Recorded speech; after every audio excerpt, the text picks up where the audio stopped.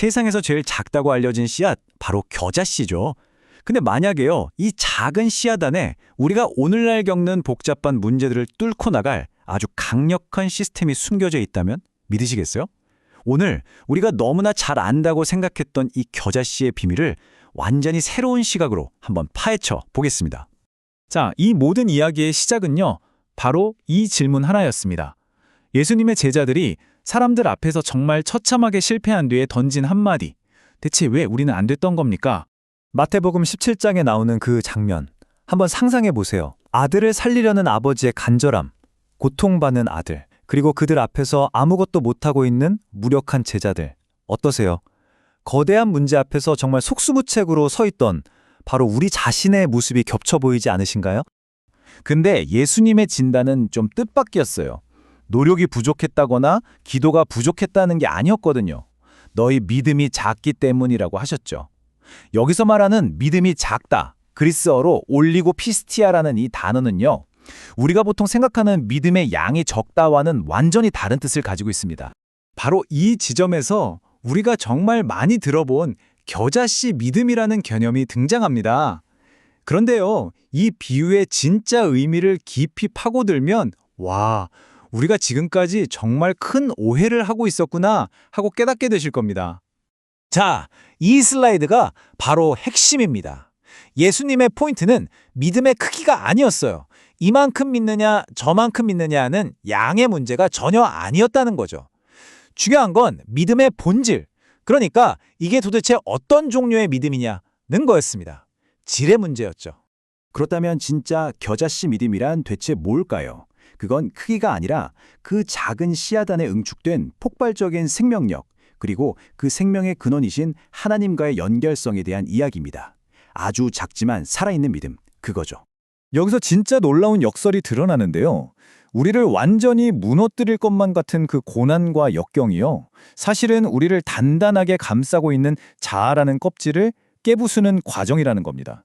그래서 마침내 오직 하나님만 의지하는 순수한 겨자씨 상태로 우리를 되돌려 놓는다는 거죠. 자, 그럼 이 놀라운 원리를 우리 삶에 어떻게 적용할 수 있을까요? 지금부터 이 겨자씨의 생명력을 기도로 풀어내는 아주 구체적인 역동적 기도 시스템 3단계를 소개해 드릴게요. 이 시스템은 정말 자연의 원리 그대로예요. 작은 씨앗에서 시작해서 보이지 않는 뿌리를 내리고 마침내 거대한 나무로 자라나는 그 생명의 과정을 따릅니다. 본질로의 헌원, 뿌리 내리기, 그리고 폭발적인 성장. 자, 하나씩 한번 살펴볼까요? 첫 번째 단계는 환원입니다.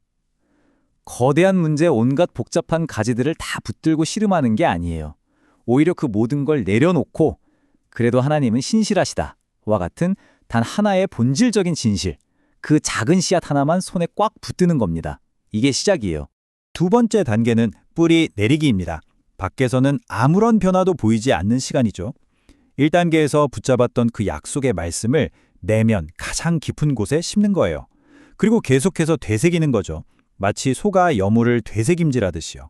그렇게 보이지 않는 뿌리를 깊이 그리고 넓게 내리는 과정입니다. 그리고 마지막 3단계는 발화 혹은 폭발이라고 할 수 있습니다. 믿음이 말씀에 깊이 뿌리를 내렸을 때 우리의 기도는 더 이상 제발 이렇게 해주세요라는 간구가 아니게 됩니다. 그리스도의 권위를 힘입어서 상황을 향해 될지어다라고 선포하는 일종의 통치 행위로 전환되는 거죠. 하지만 이렇게 엄청난 권능에는요, 반드시 균형을 잡아주는 추가 필요합니다. 놀랍게도 성경은 산을 옮기는 믿음을 이야기하자마자 곧바로 지극히 겸손한 이야기로 넘어갑니다. 이 연결이 정말 중요해요. 바로 방금 전까지 제자들은 믿음으로 불가능해 보이는 산을 옮길 수 있다는 어마어마한 약속을 받았습니다. 그런데 바로 다음 이야기에서 모든 권위의 주인이신 예수님은 낼 필요도 없는 세금을 아무도 모르게 조용히 겸손하게 내시는 모습을 보여주십니다. 이 둘 사이에 무슨 관계가 있을까요? 이게 우리에게 뭘 보여주는 걸까요? 진정한 영적 권위는 내가 이런 권리가 있어 라고 주장하는 데서 나오는 게 아니라는 겁니다. 오히려 다른 사람이 나 때문에 상처받거나 넘어지지 않도록 기꺼이 나의 자유와 권리를 내려놓는 그 사랑 안에서 진짜 힘이 완성된다는 거죠. 자, 이제 이 모든 원리들을 하나로 묶어서요. 우리 일상에서 바로 적용해 볼 수 있는 아주 구체적인 방법들을 한번 살펴보겠습니다. 이 슬라이드를 보시면요. 지금 내가 겪고 있는 문제가 돈 문제든 감정적인 문제든 아니면 깨어진 관계의 문제든 이 기도 시스템을 어떻게 적용할 수 있는지 정말 한눈에 잘 보여주고 있습니다. 그리고 이 편은 핵심적인 차이를 정말 잘 요약해놨어요. 왼쪽은 문제의 크기에 압도되어서 허우적대는 기도고요. 오른쪽은 그 문제보다 훨씬 크신 하나님의 성품이라는 작은 씨앗에 집중하는 겨자씨 기도입니다. 차이가 느껴지시죠? 마지막으로 이 겨자씨 믿음을 매일매일 훈련할 수 있는 아주 구체적인 방법을 하나 제안해 드릴게요. 바로 듣는 묵상입니다. 아침에는 내 안의 목소리를 좀 줄여보고, 낮에는 다른 사람의 말을 통해 들으려고 애써보고, 저녁에는 오늘 하루 속에 숨겨져 있던 하나님의 속삭임을 되짚어보는 그런 훈련이죠. 결국 이 모든 이야기의 핵심은 이겁니다. 겨자씨 믿음은 내 믿음이 얼마나 대단한지를 증명하는 게 아니에요.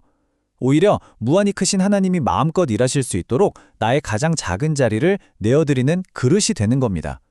자, 그렇다면 지금 여러분의 삶에서 당장 자아라는 껍줄을 깨고 드러나야 할 그 작은 겨자씨는 무엇인가요?